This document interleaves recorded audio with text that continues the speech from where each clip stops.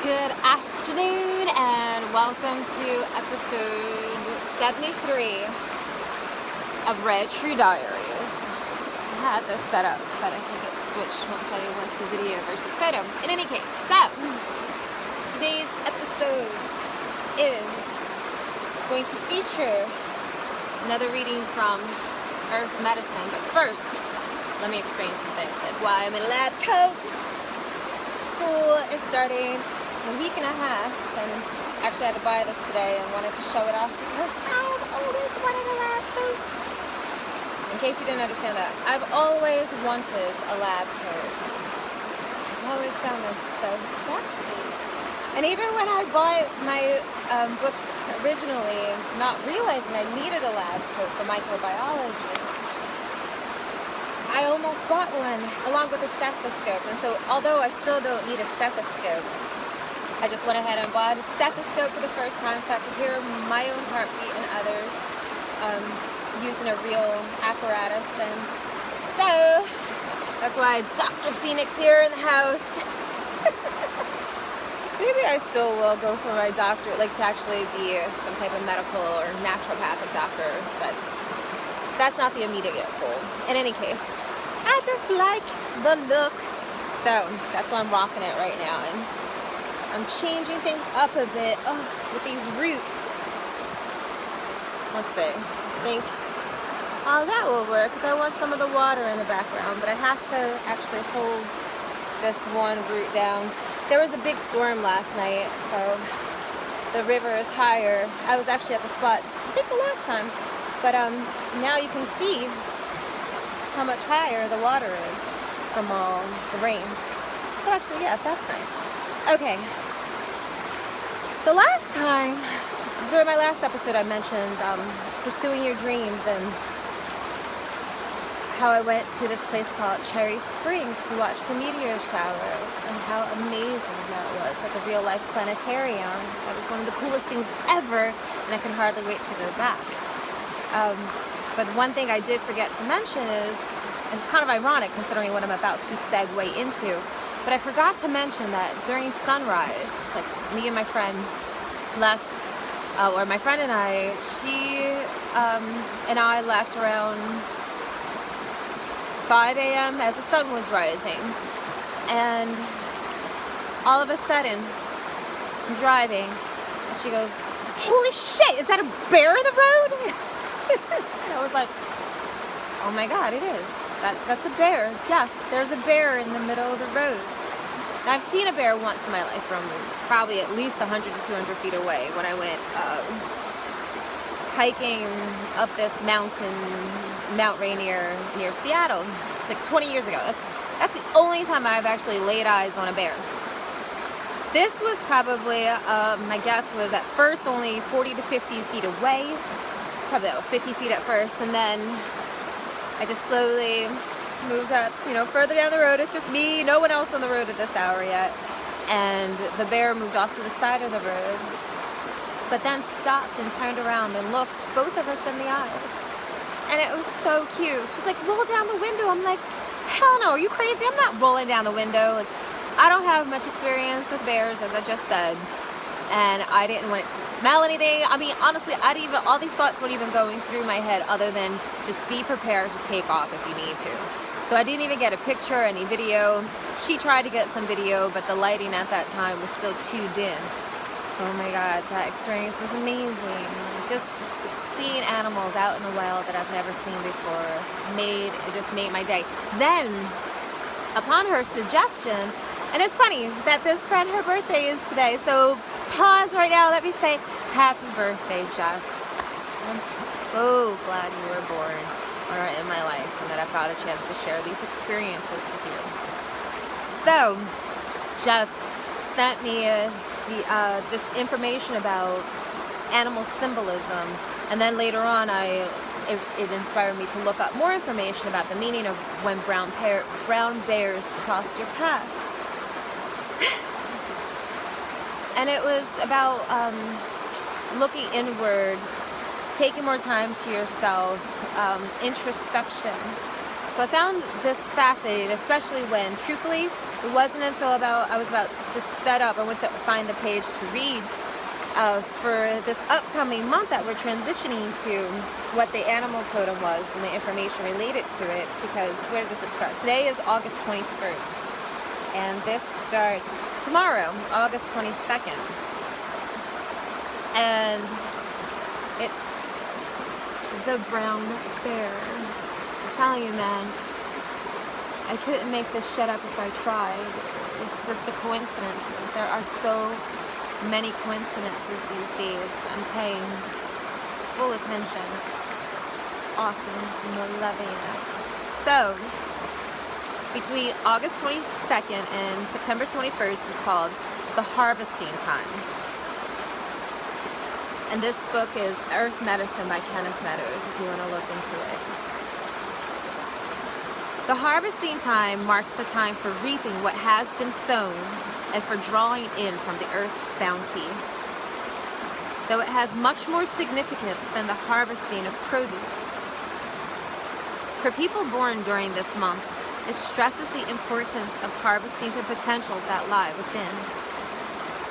It indicates the need to discover one's talents and to work on them so that they can be brought to their full potential. It is a reminder, too, that one gets from life in proportion to what one puts in.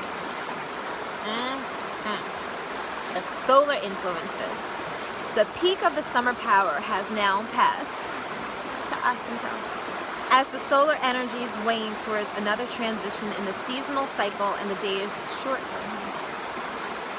The emphasis of the solar energies at this time is on the immediate and practical work that is at hand, for there is an urgency about the gathering in as well as a responsibility, for neglect can lead to deprivation in times to come.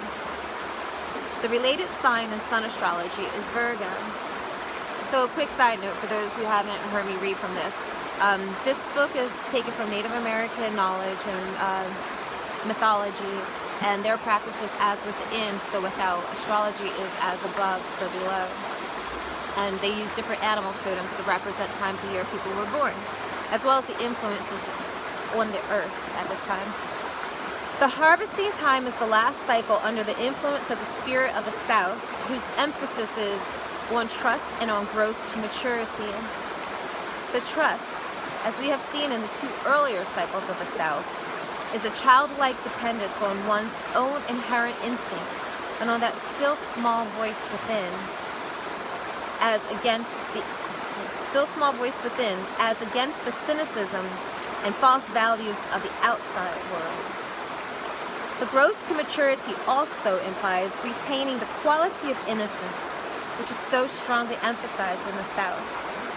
An innocence which does not mean naivete,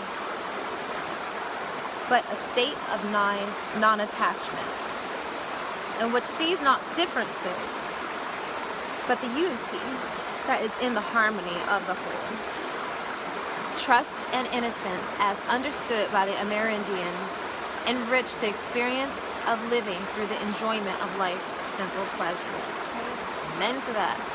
Under this time, the quality of trust is a guard against becoming too cynical and too critical about the world and the circumstances of one's life. And the quality of growth is a prod against becoming too rigid in one's outlook on life and too set in one's ways. Growth to the fullness of maturity and to a subsequent reaching upwards to the things of the spirit can take place only if the earth energies are firmly grounded. The influence of the power of the South is towards the harvesting of the fruits of practical endeavors, while at the same time allowing the intuitive and spiritual energies to develop, and in this way allowing an expansion of awareness that is beyond that which is physical. The totem animal of the South is mouse, which is associated with comprehending things through closeness to them. It is especially related to the feelings and emotions and with the qualities of trust and innocence. Harvesting time people need to involve desire and feeling in their practical endeavors. in order to enhance the quality of that which is harvested from them. Oh, it's so funny. All right, I'm going to go into it. I want to go into the influencing elements, which is earth and water. I wasn't going to go into the water, but I mean, come on, look at all that water. Look at all that beautiful water. Okay. And then I'll read about brown bear, and that's just going to be a wrap for today, because I actually do need to get into work. Water is not just a superb solvent. How funny, a elaborate solvent, sorry. I was just reading about solvents and solutes yesterday. All right. Water is not just a superb solvent which can absorb and dissolve harmful impurities. It is a great container, able to hold within its grasp the substance that is poured into it. Water is likened to the emotions, which are also able to absorb and dissolve negative influences and dilute them so they cause no permanent harm.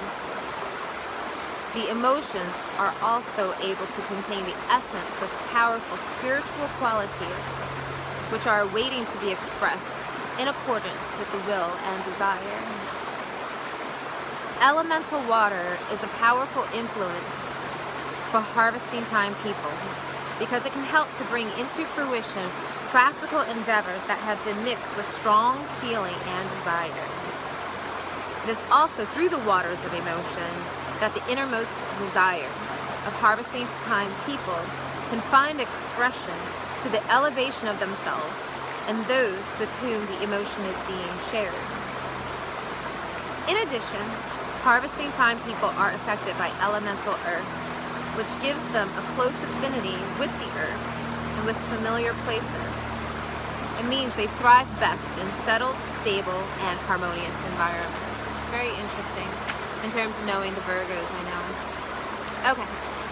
Birth and animal totem. Brown bear. Woo! Anyway, can't believe I saw one up close. It's just so awesome. The brown bear can grow to 1.5 meters, 4 or 5 feet in length, and weigh up to 400 pounds. And though they have enormous strength, they are amongst the gentlest of animals, and their behavior can be almost human. They can walk on 2 legs, climb trees like a human, I think better honestly, and even catch fish with their paws. They are generally good-natured animals unless trapped or threatened. They have a growl or bark like a dog. The brown bear makes its den in caves or behind waterfalls, and sometimes in holes or derelict buildings. It will eat almost anything: grass, plants, berries, nuts, vegetables,